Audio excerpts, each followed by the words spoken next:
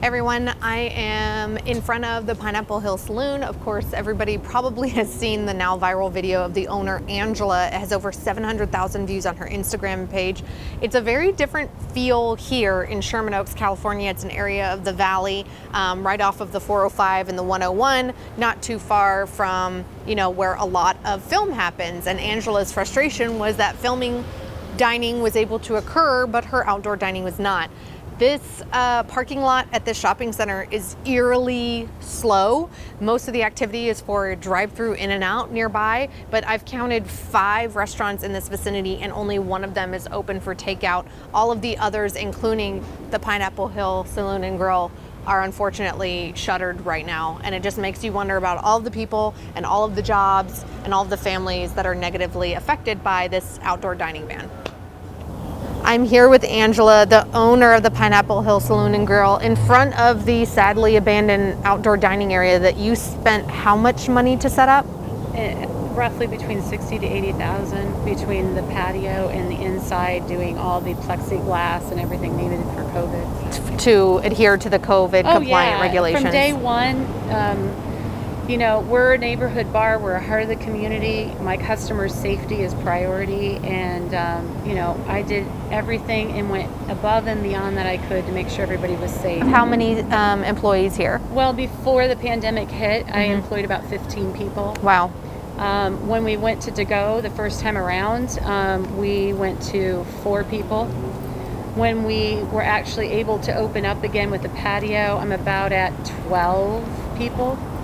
And are you going to continue to be able to employ them, or are you waiting on a PPP loan, or what's happening with the situation of your ownership of this venue? Well, what's happening is the first time around we tried to do to go so I could keep some of my staff employed. So my bookkeeper this time around said we have very little funds left, and they are actually a loan, a disaster loan we're living on. Yeah. And he said if we do to go or takeout at this point, we could go through the funds before we're allowed to reopen and then not be able to reopen.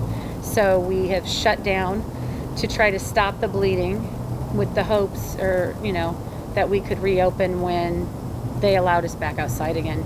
So the health department's response to your viral video was that, well, we allow craft services for filming because they get tested all of the time. Mayor Garcetti, you want lawsuits? Those are expensive. More unemployment? That's expensive. So let's get together. I'll come and sit down with you with a few restaurant owners and some other testing companies and pay for all the small businesses to test their employees every week. Because outside of that, I went above and beyond what the production companies are going.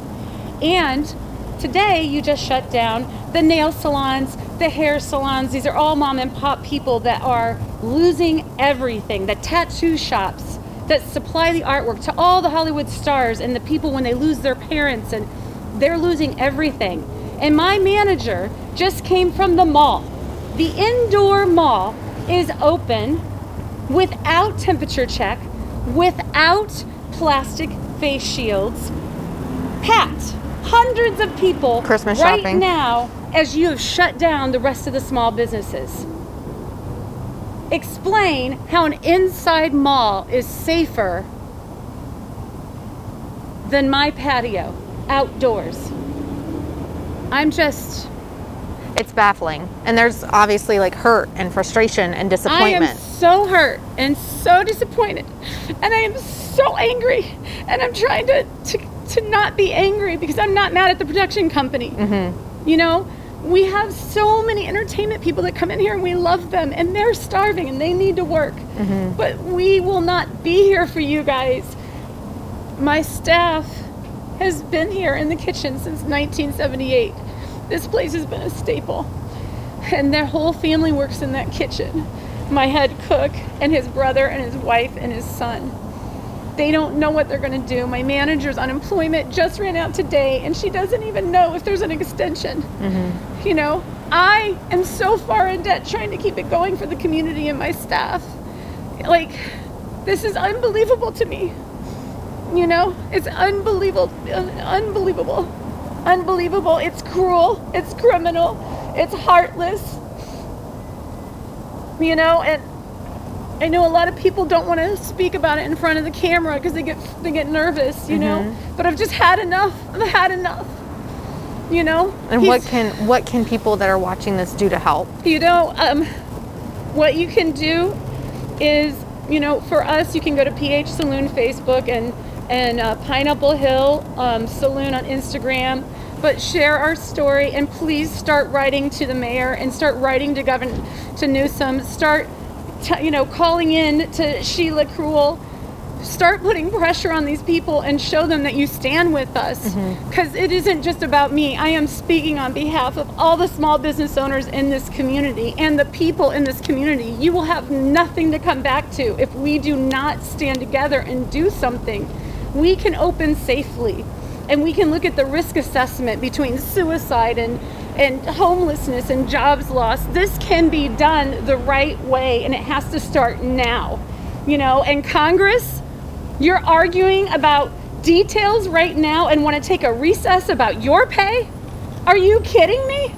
What are these people doing? So who do you blame? You've mentioned Garcetti, Newsom, Kuehl. You actually helped plan a bipartisan rally in front of Sheila Kuehl's house in Santa Monica the other night. Because the deciding vote, what happened is Pasadena opposed it, and they have their own public health department, so they allowed them to stay open. Beverly Hills Council is trying to form their own public health department because the deciding vote fell on the supervisors, you know, and Sheila Cruel was the deciding vote, and she's the one that was so outspoken about, you know, it being the most dangerous thing in the world, and then went out to eat right after in a patio, you know. So, you know, I thought putting pressure on them would help, you know, but at this point the mayor can step in.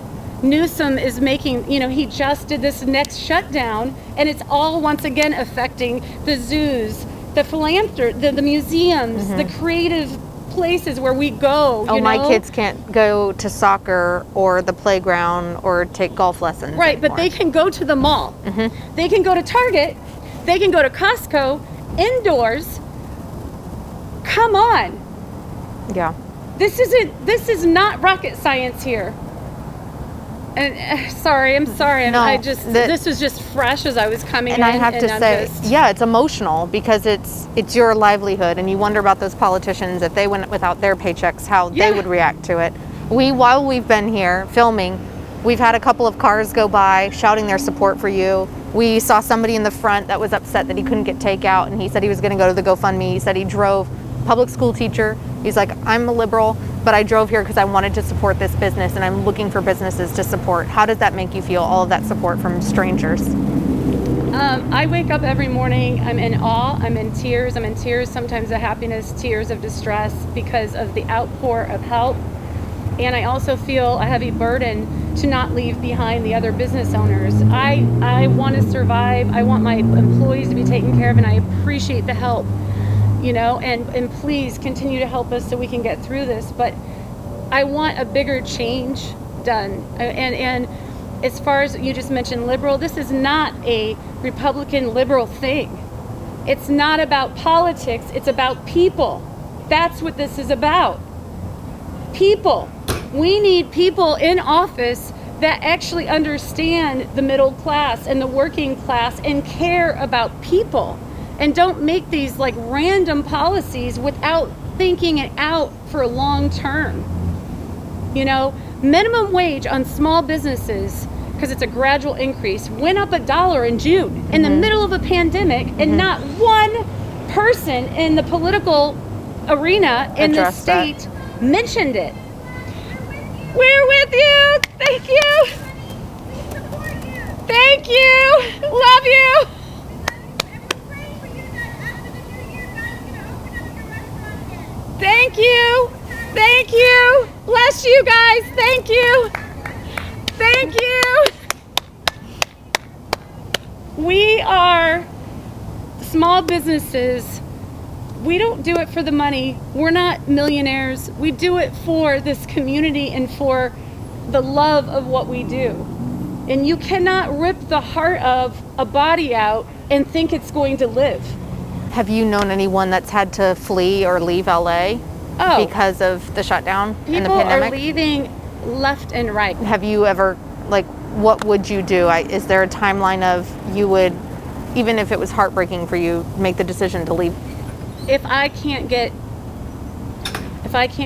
keep this business going, and I were to get to that point, I would have to leave and go actually live with my parents in Indiana to try to rebuild, because my whole retirement and life savings is in this bar, and I can't get a dime out of it the way it is. So I would literally have to walk away, file bankruptcy on my company, and go live at my parents' house at my age. I mean, that's ridiculous. So I'm just pleading and pleading over and over and hoping that they will open their eyes, or the public, if you guys will please put pressure on them and stand with us. You know, we love everybody. We don't want anybody to get sick, but we have to have common sense. Common sense has to kind of come into play before everything is gone, you know? Well, Angela, I sincerely hope, thank you for your time, and I sincerely hope that this institution here in Sherman Oaks is not gone, and that you will not be gone. Thank you. Thank you. Thank you. Feel a little bit emotional. It's like this pandemic sucks, right? Everybody is negatively affected by it in some way, but for somebody like Angela and her staffers, like, it's apparent that this is her livelihood. And it's affecting her, and it's negatively affecting her, and it's negatively affecting so many people.